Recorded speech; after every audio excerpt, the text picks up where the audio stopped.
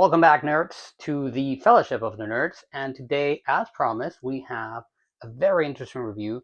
This is also from The Phantom Menace, the amazing Qui-Gon Jinn lightsaber on this ridiculously cool crate that you can see here.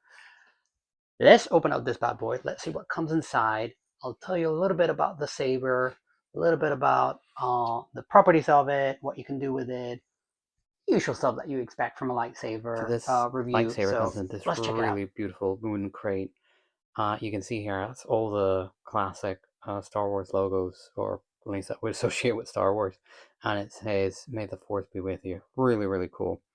We open it up, and it's revealing the, like you would already know this, the amazing hilt lightsaber from Master Qui-Gon Jinn. So this includes our instructions, or pixel blade, of course, the hilt with its little display, basic display stand, charging cable, and a plug.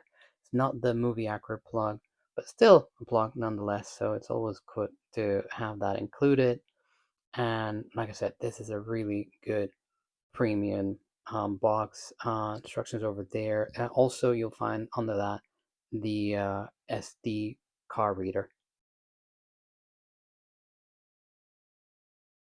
This is really the weapon of a Jedi. Look at this.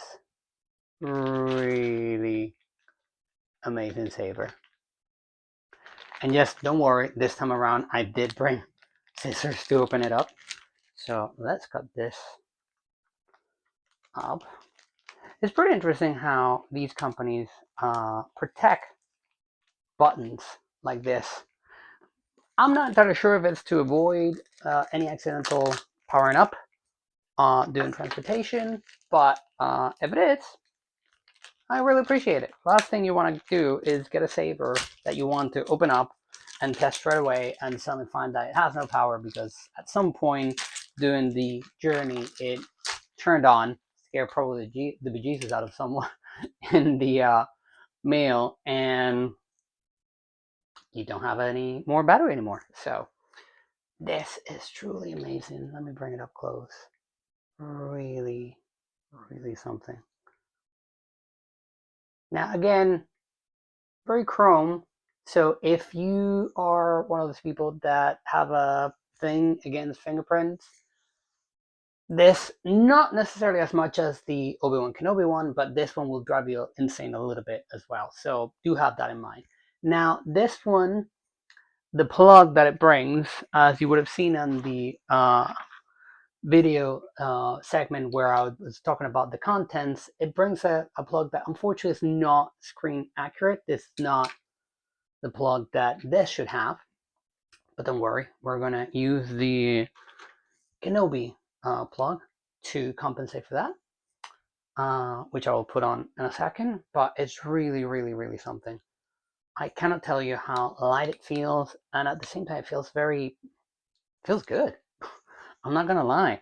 You do have to be mindful once you get it that it might have, to see, like this sort of stuff might be a little bit loose, so make sure that you tighten it up so as you're swinging around it doesn't fly away and all the parts are kept inside the vehicle at all times, if you know what I mean. But it's really, really, really something. Let's put on the correct plug, and then after that we're gonna take it outside.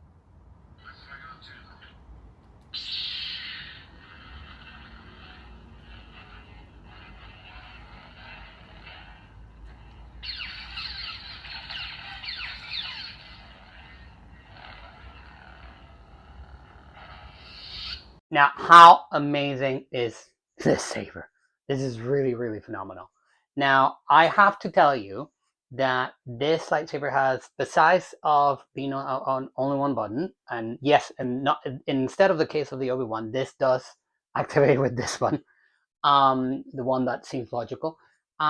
This is a saber, at least this version. There are plenty of versions I've seen out there, some with kyber crystals that you can pick a bit of the chassis and it reveals the kyber crystal, and those are very cool. Others are RGB. This is a NeoPixel, and this one has a speaker down here. And you normally would think that once you find that, you would just like pull out the chassis.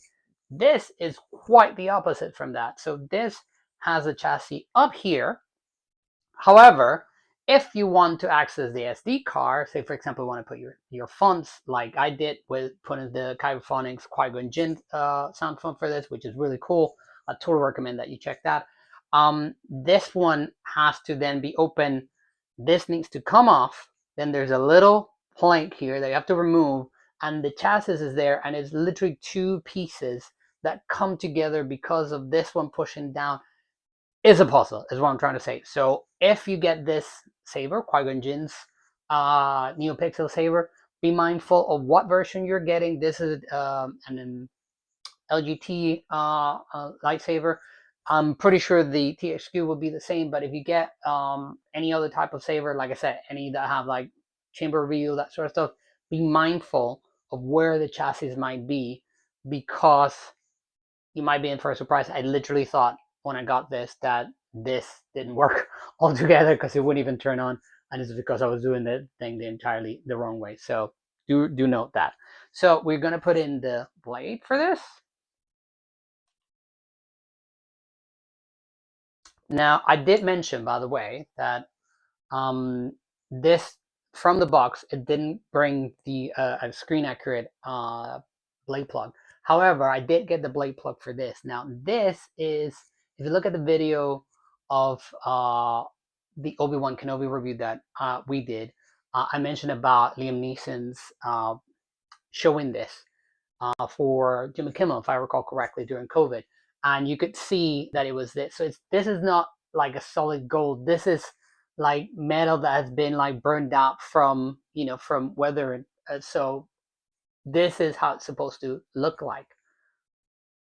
I'm literally taking this from the horse's mouth because I'm pretty sure nobody would know more about the saber than Liam Neeson, except perhaps the person that actually designed the lightsaber, and that'll be about it. So yeah, that one is exactly how it should be. And this blade plug that I did get this blade plug from Damien Savers. This is the real deal, so I would 100% recommend that you get it because it looks amazing and screen accurate.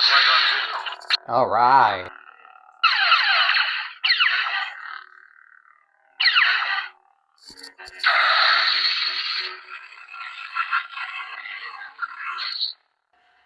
The tip drag is a little bit trickier, I'm not gonna lie. I'm not doing it because you wouldn't see it. It's a little tiny bit tricky, but it does activate, of course, like all these sabers do.